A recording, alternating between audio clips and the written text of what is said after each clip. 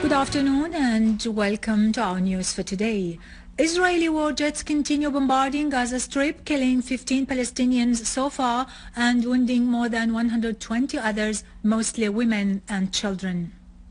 Palestinian medical sources announced today that 5 Palestinians were killed in a new Israeli air raid on Khan Yunis city in the south of Gaza Strip, thus raising the death toll to 15 martyrs so far. At least 120 others were wounded, including women and children. The Palestinian martyrs included 2 children, 1 pregnant woman and an old man.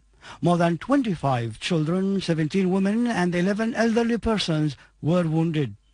Palestinian sources said that Israeli F-16 warjets conducted 80 raids on Gaza. Israeli war boats also shelled Palestinian coast at a Sudania area, hitting Palestinian houses. Shortly before 7 p.m. today, the Israeli occupation army bombarded 50 sites in the Strip and carried out more than 20 air raids. Meanwhile, the Israeli occupation authorities admitted that 4 settlers were killed and 2 others were seriously injured in shelling carried out by Palestinian resistance men on Kiryat Melachi settlement, according to the Israeli Yediot Ahronot newspaper. The Palestinian resistance continued shelling sites and settlements of the Israeli occupation with scores of missiles at the time when Israel is going on with its barbaric aggression on Gaza. Politically, the UN Security Council held an emergency meeting for its 15 permanent members and issued a statement about the fact that it held an emergency meeting. For his part, the Palestinian representative at the UN, Riyad Mansour, called on the UN Security Council to shoulder its responsibilities in finding ways of stopping the Israeli aggression on Gaza. We wanted an immediate meeting of the Security Council, and that happened. A debate took place. I can agree with the President of the Security Council. Almost all those who spoke in the Security Council wanted this onslaught and aggression against our people to be stopped, and to be stopped immediately. The U.S. envoy to the UN, Susan Rice, affirmed her country's support of Israel and its aggression on Gaza, pointing out that Israel has the right to defend itself against what she called the Palestinian rocket attacks, adding that nothing can justify the violence. Syria has condemned the barbaric crimes perpetrated by the Israeli army against the Palestinian Arab people in the Gaza Strip today, which killed and wounded several Palestinians. In a statement, the government of the Syrian Arab Republic has called on the world community to pressure Israel to stop its atrocious aggression against the Palestinians in Gaza. The statement appealed to freedom lovers and honest peoples in the world to move earnestly in order to confront this aggression and deter Israel, that has always ignored international legitimacy and resolutions in flagrant violation of international law. The Syrian government added in its statement that the masses of the Arab nation are called upon today more than at any other time before to take a move and exercise pressure for supporting the Palestinian people in their steadfastness and struggle in defense of the nation's central cause, that of Palestine. At the conclusion of its statement, the Syrian government offered condolences on behalf of Syrian and the Syrian people to the relatives of the martyrs, affirming that Syria, despite the aggression and conspiracies it is exposed to, will continue forever to be loyal to its national commitments and historical principles towards the Palestinian people, to enable them to recover their usurped lands and build up their free, sovereign Palestinian state with Holy Jerusalem as its capital. Russian Foreign Minister Sergei Lavrov has called for a halt of military action and all sorts of violence in Gaza immediately, voicing his country's concern over the developments of the situation in the Strip. In a statement in the Saudi capital Riyadh today, Lavrov said, "It was unfortunate the International Quartet Committee had failed to convene and adopt a clear stand that would rapidly create the appropriate circumstances to resume direct negotiations between the Palestinians and the Israelis."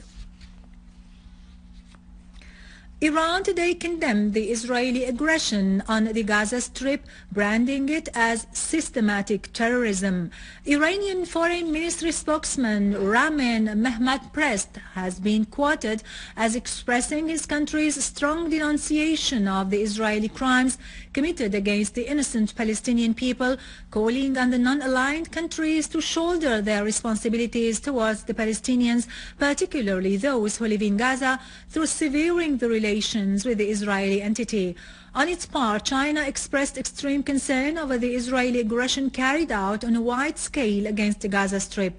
Chinese Foreign Ministry spokesman Hong Li strongly denounced any action that would lead to losses among civilians. He called on concerned parties, particularly Israel, to observe self-control to avoid any escalation of the tense situation.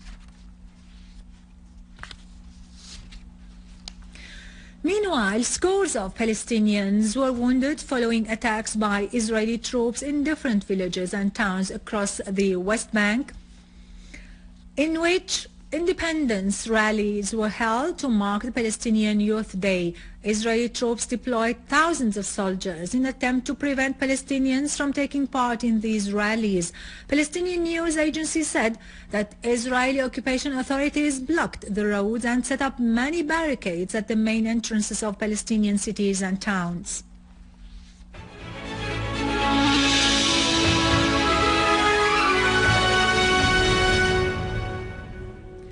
American President Obama said his country was not ready to recognize the so-called Syrian opposition coalition as a government in exile, welcoming what he called the unification of the Syrian opposition ranks.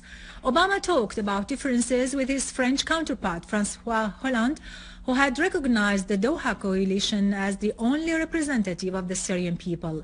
This difference of stand between Washington and Paris had been earlier referred to by the American State Department. In an attempt to supply the armed terrorist group with weapons, the French Foreign Minister Laurent Fabius announced that his country will ask the European Union to lift the ban of sending weapons to Syria, and that, according to his claim, to enable countries to deliver weapons to the opposition fighters.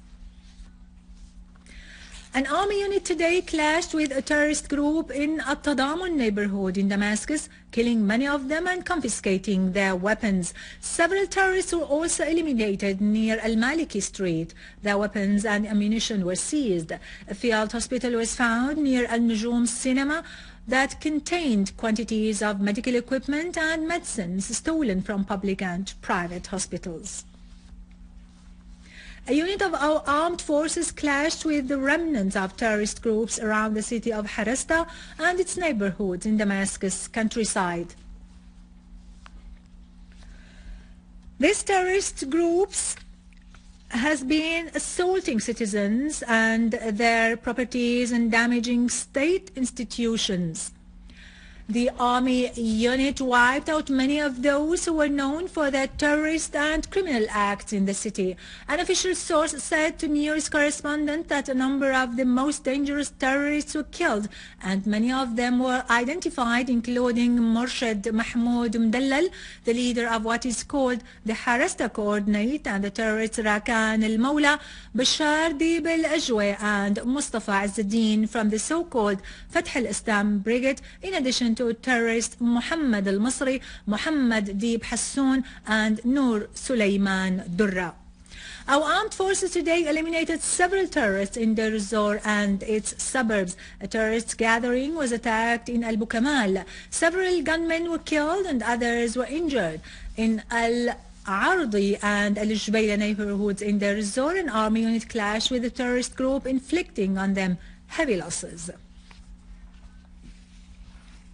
Our army unit continued to pursue armed terrorist groups in Al-Layramoun area in Aleppo, clearing after machine building and the surrounding residential building of terrorists, killing large numbers of them. A unit of our armed forces has destroyed a warehouse of ammunition and weapons and a car equipped with a Doshka machine gun near Al-Aido agency in Al-Sheikh Lutfi in Al-Marja district in Aleppo, killing dozens of terrorists, including the leader of a terrorist group, Abdel Ghani Shaghil, the Sudanese Abu Shurahbil, and the Libyan Abu Huzaifa.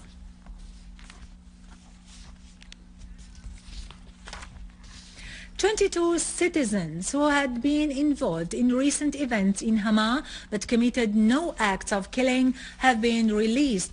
A governorate source said their release came after they had undertaken not to carry arms again or perpetrate any acts of sabotage that encroaches on Syria's security in the future. With this, we end our news bulletin for today. Thank you for watching. For more news about Syria and the region and to view our bulletin again, you can always visit our website in English, syriaonline.sy. And now to the latest business and market news.